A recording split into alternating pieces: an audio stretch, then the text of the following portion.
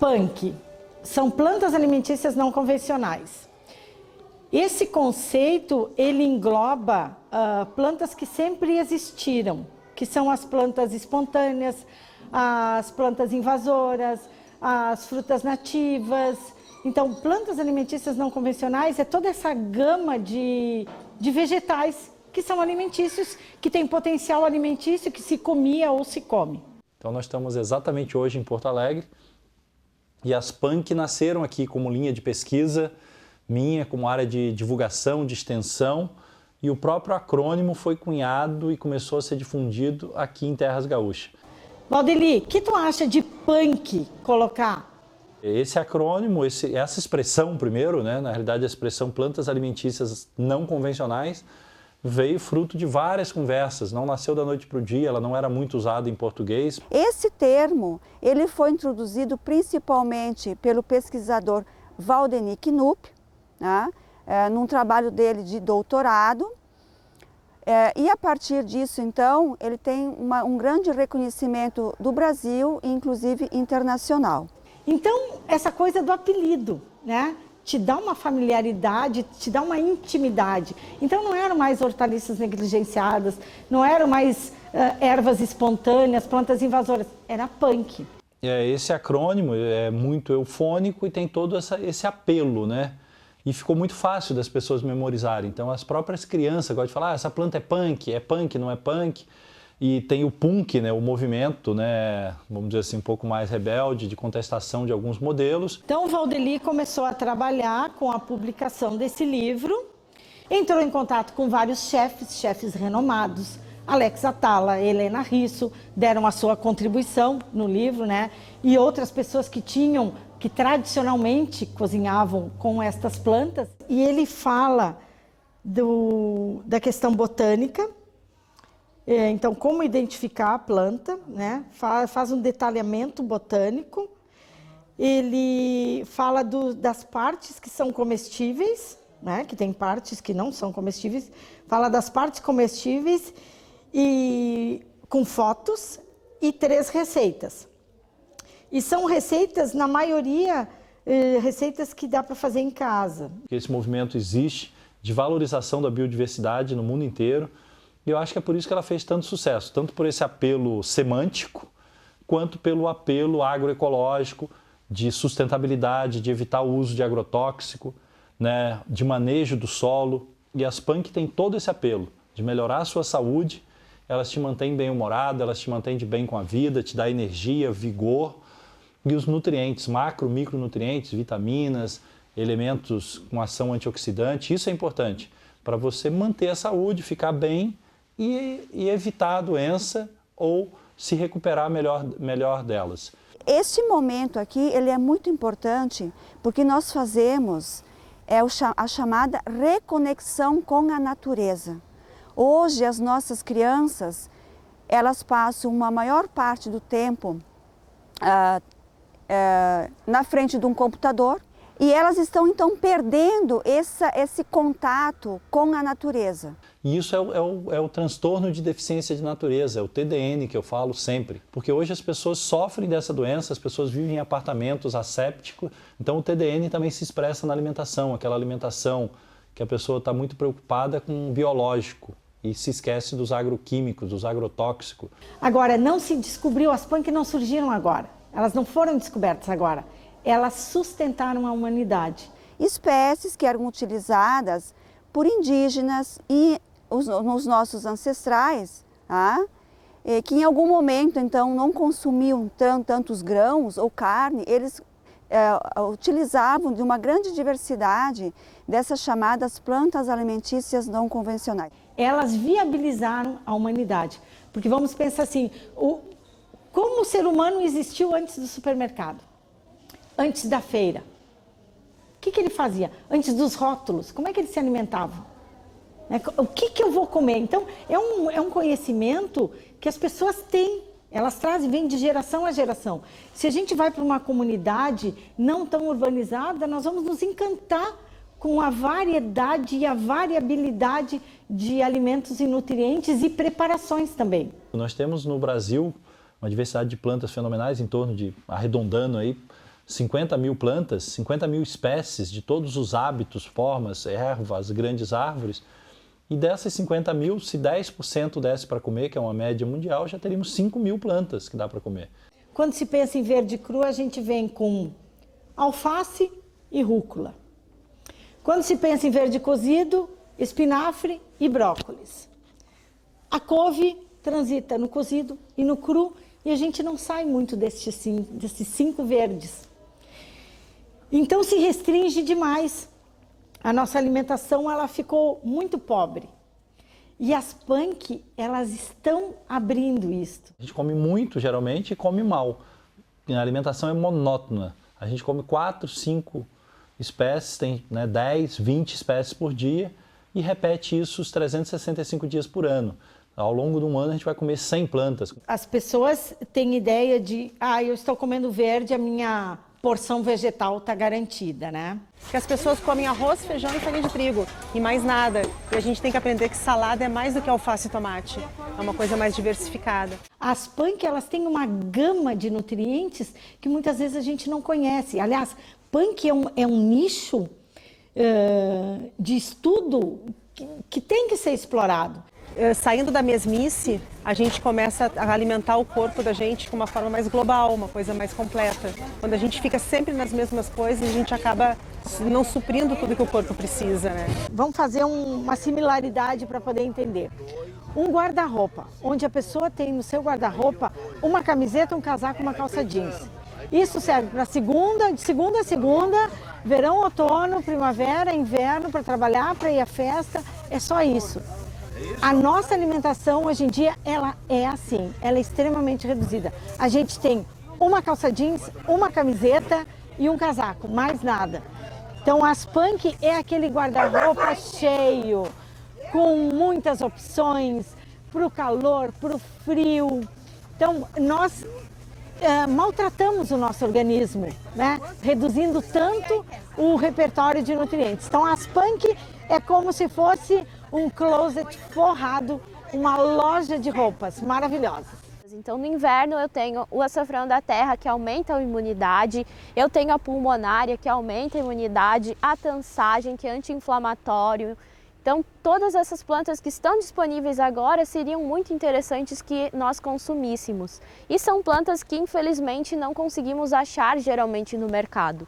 Na realidade, os hábitos alimentares eles estão realmente sofrendo influência dessa agricultura industrializada e quimificada e monótona, né? Porque ninguém quer trabalhar no campo também. O trabalho do agricultor geralmente não é muito valorizado e muito menos valorado. Então ele tem que vender milhares de quilos para poder se manter com o mínimo de condição. E esse é um grande problema. Muitas dessas punks têm uma qualidade, uma diversidade nutricional muito superior às plantas que foram melhoradas, selecionadas nesses últimos 12 mil anos. Nada contra a alface, mas a alface perde para as punk, né? E vou explicar por quê. A alface é uma semente padronizada, tem um cultivo protegido e tem um incentivo para que ela venha, né? Para que ela seja vigorosa, para que ela seja apetitosa. As punk, bom, elas resistem a uma escassez de água, a um excesso de água, a uma escassez de sol, a um excesso de sol, a uma escassez de nutriente, a um excesso de nutriente. Então elas são plantas que elas são mais espertas, elas são mais poderosas. As punks elas têm um valor nutracêutico muito mais superior do que as plantas cultivadas que geralmente nós consumimos, que é encontrado no mercado. Ao exemplo, aqui nós temos os Esquinos terebintifolios, que é a nossa pimenta rosa. Ela é nativa aqui do Rio Grande do Sul. É uma planta que passa despercebida aos olhos de todo mundo, porque em todo local a gente encontra o Esquinos. Mais famoso, ainda conhecido como pimenta rosa. Dentro da culinária, por ela não ter tanta picância, ela pode ser utilizada em doces, para saborizar caipiras também, ovas. Tem gente que faz caviar de pimenta rosa para decoração de pratos também. E aqui nós temos geleia de pimenta e araçá. Aqui tem geleia de graviola, Alguns autores falam que 1/3% dos alimentos convencionais é jogado fora. Por quê? Desperdício é na colheita, no transporte, na estocagem, no preparo, porque aí entra um amplo conceito das punks, né, que são as partes alimentícias. Entre casca do aipim, que a maioria das pessoas põe fora. Nossa, é um petisco maravilhoso, pode fazer de várias formas, com carne. Ela tem a mesma função de uma batata, só que ela fica em fatias. Pode fazer chips, é maravilhosa. Cozinha na água ou frita direto, daí ficam chips, mas cozinha na água. Cozinha uma vez o aipim, outra vez essa. Congelado, então quando descascar o aipim, não quer cozinhar na hora, quer usar o aipim, congela entre casca e depois utiliza. É maravilhoso. Acabei de comer aqui antes dessa entrevista também uma moqueca vegetariana feita com entrecasca de aipim, que nós no norte e nordeste chamamos de macaxeira, que pode e deve ser utilizado, né, em vários pratos. E a gente gera toneladas e toneladas de lixo, né? 60% do lixo da cidade é orgânico e vai para aterro sanitário ou para lixão a céu aberto. Então tem alguma parte da planta que a gente normalmente come, mas outra parte não, como o coração da bananeira, que é uma parte negligenciada. Então, a bananeira é uma punk? Não é, mas o coração da bananeira é punk. Batata doce laranja, o interior dela é laranja, cozinha facilmente, é mais adocicada que as outras. Aqui, batata doce roxa, o interior dela é bem roxo, a gente cozinha, é um roxo maravilhoso, um nhoque com essa batata doce roxa, fica lindo. Então, além de novos nutrientes, pigmento é nutriente, né? Além de novos nutrientes, as preparações ficam diferentes, a gente sai da mesmice, a gente tem uma variedade, uma amplitude nutricional e um repertório de alimentos bem maior. Essa é a batata Yacon. Aqui um exemplo de sobremesa, né? Um restaurante raw, mas a gente também come cafezinho com sobremesa. Aqui o creminho de cacau, nosso fondue doce, com a punk, que é a batata Yacon, que é uma batata que ela simula o gosto da pera.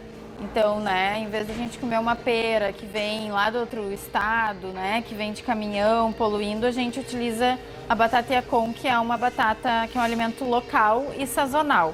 Olha aqui a batata Yacon, de outro produtor, felizmente, vários produtores, né, produzindo coisas interessantes, saindo daquela mesmice, né, reduzindo a nossa alimentação a meia dúzia de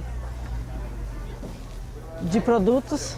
As punks têm grande potencial de cultivo em áreas urbanas, periurbana, em praças, canteiros, sacada de apartamento, no quintalzinho. Basta você olhar com outros olhos e procurar não plantar só coisa que você compra em pet shop, nesses pacotinhos de semente. Planta coisa regional, coisa rústica, novos sabores, novos nutrientes, novos aromas. Os chefes querem isso e você pode e deve ser o chefe, o cozinheiro do seu dia a dia.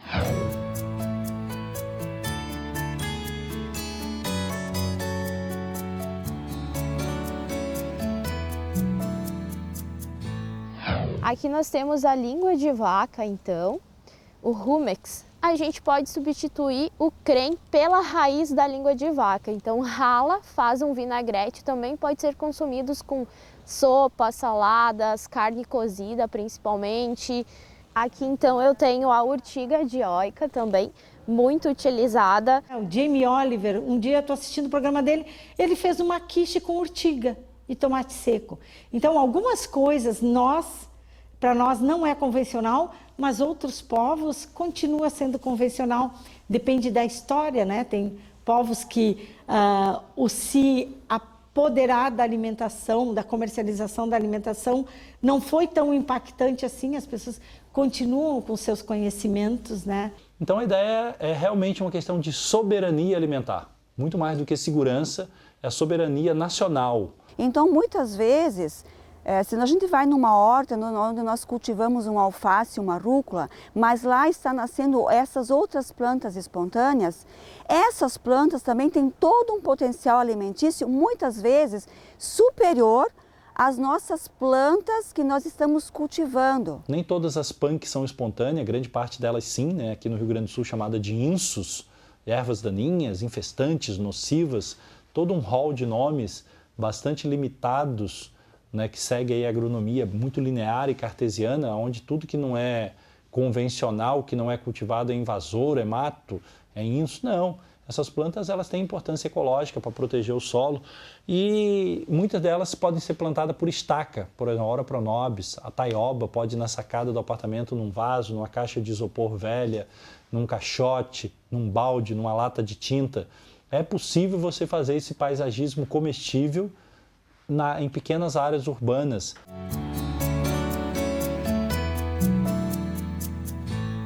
Eu tenho uma casa com um jardim enorme. Meus jardins são ornamentais. Só tem ornamental, porque é bonito para os olhos. A minha comida, eu vou onde? Eu vou no supermercado, eu vou na feira, eu vou no mercado. Nós temos que ressignificar isto.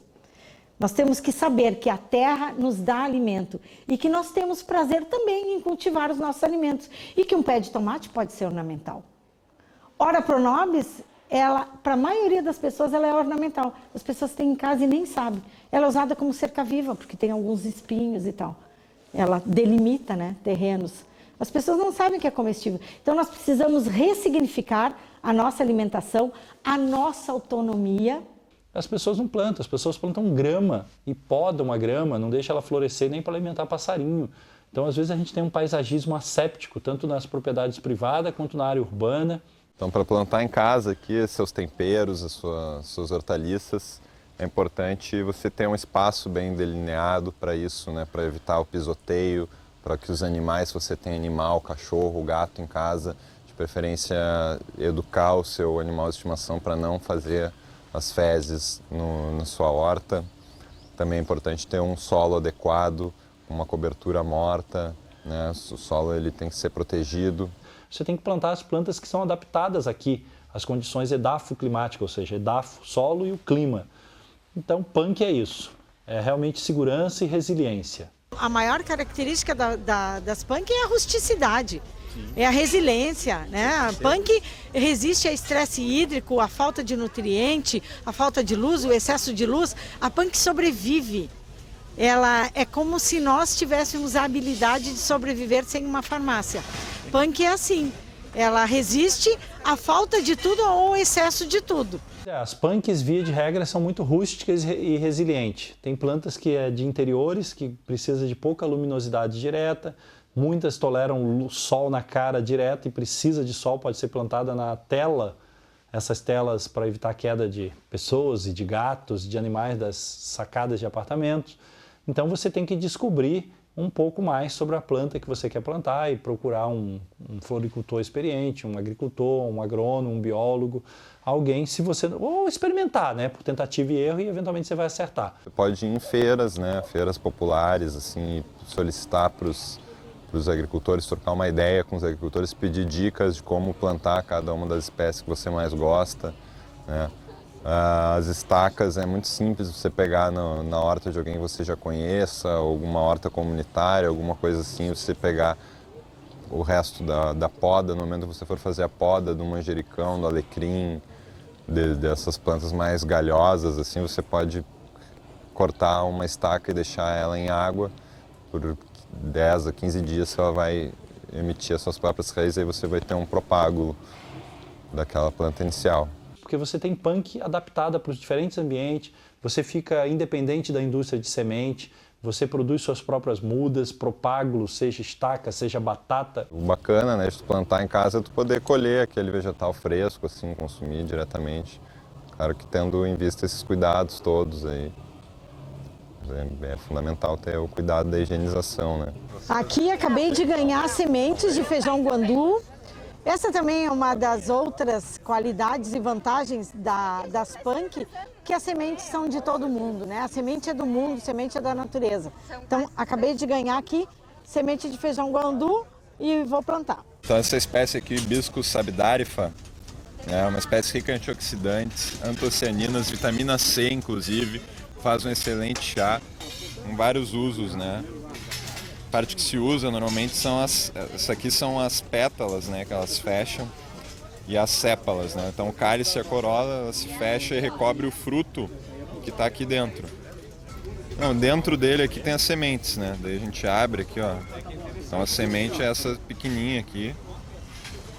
E o que se usa para os chás, para as geleias, é essas sépalas aqui, né? Que recobrem o fruto. As pessoas perguntam, o que é isso? É hibisco, para que serve? É chá. Aí queriam saber para quê, né? Aí eu comecei a dizer, não, é chá. Então, foi daí que eu acho que as punk começaram, né? Dessa história do hibisco, aí passou a ser alimentação, deixou de ser chá. Só chá. E agora já tá na salada, tá na pasta, tá na geleia, tá na pizza, tá no molho, tá na conserva. E vai por aí, né? E eu acho que tem muito mais ainda para ser descoberto sobre hibisco ainda. Aqui, a pasta de hibisco. Então, o seu Dodô, ele produz o hibisco, colhe, tem uma agroindústria, processa, não há desperdício nenhum. Se coloca o cálice, ferve, tira o chá e desta polpa que sobrou, se faz a pasta de hibisco.